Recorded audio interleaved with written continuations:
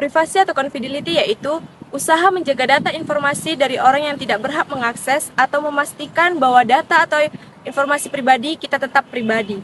Contohnya, email seorang pemakai atau user tidak boleh dibaca oleh administrator. Contoh selanjutnya yaitu data-data yang sifatnya pribadi seperti nama, tempat tanggal lahir, social security number, agama, status perkawinan, penyakit yang pernah diderita, nomor kartu kredit, dan sebagainya harus dapat diproteksi dalam penggunaan dan penyebarannya.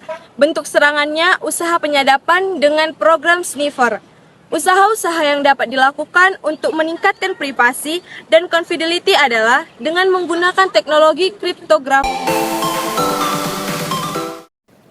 Baiklah, di sini saya akan melanjutkan materi berikutnya yaitu mengenai integrity. Integrity mengacu pada keadaan di mana data atau informasi dalam sistem tersebut terjaga dari modifikasi atau perubahan yang tidak sah. Hal ini mencakup pencegahan modifikasi data yang tidak sah serta sertifikasi keaslian dan integritas data untuk memastikan bahwa data tetap utuh dan konsisten dan dapat dipercaya selama pengolahan dan penyimpanan informasi. Contoh dari integrity yaitu pengamanan email atau pesan agar tidak diubah atau diintercept pada saat proses pengiriman. Yang pertama itu ada tanda tangan digital, yaitu dengan menandatangani digital sebuah email atau pesan, pengirim menyertakan tanda unik yang menunjukkan bahwa peran itu berasal dari mereka dan tidak diubah oleh pihak lain selama transit. Contoh yang kedua itu ada enkripsi data, yaitu mengamankan data dengan teknik enkripsi untuk mencegah modifikasi atau akses tidak sah. Dan yang terakhir itu ada pemantauan integritas, yaitu implementasi sistem pemantauan secara rutin untuk memverifikasi keutuhan data dalam sistem. Saya akan melanjutkan materi selanjutnya yaitu tentang authentication. Authentication merupakan suatu proses yang menjadi tindakan atau pembuktian validasi terhadap identitas pengguna. Ketika pengguna ingin memasuki dan mengakses sistem, penting tertentunya biasanya proses ini ada pada Google.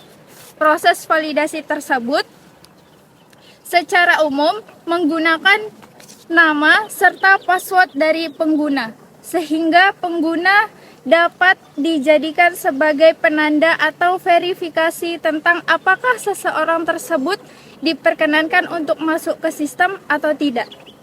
Nah, contoh dari authentication adalah Google Play Store. Aplikasi ini hanya akan benar-benar mengizinkan bahwa pengguna bisa masuk ke sistem jika menggunakan password yang benar dan sinkron.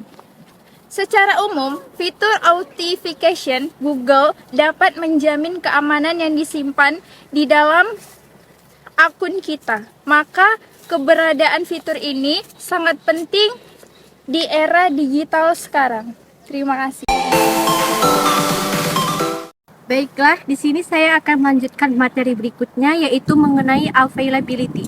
Availability adalah ketersediaan, berarti adalah suatu upaya pencegahan dan penahanan suatu informasi mengenai suatu sumber daya. Dengan kata lain, availability adalah menyediakan informasi untuk pihak-pihak yang tepat dan hanya dapat diakses oleh pihak-pihak yang memiliki kewenangan atas sumber daya tersebut. Contoh, informasi lowongan pekerjaan. Informasi tersebut sebaiknya dapat diakses oleh pihak-pihak yang memerlukan informasi tersebut. Contoh berikutnya yaitu akun email yang menggunakan password. Kemudian data yang diberi password saat penyimpanan. Kemudian komputer yang diberi password agar tidak digunakan orang lain.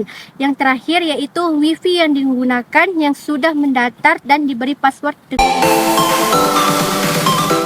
Ya, assalamualaikum warahmatullahi wabarakatuh. Di sini saya akan menjelaskan tentang contoh kasus yang terjadi, salah satunya yaitu phishing.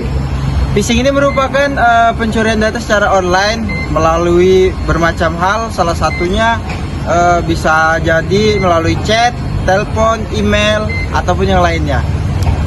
Banyak kasus-kasus yang sudah terjadi seperti penipuan-penipuan yang merajalela di lingkungan tempat tinggal saya juga ada, yaitu salah satunya mungkin di sini lebih dikenal dengan istilah pelodes.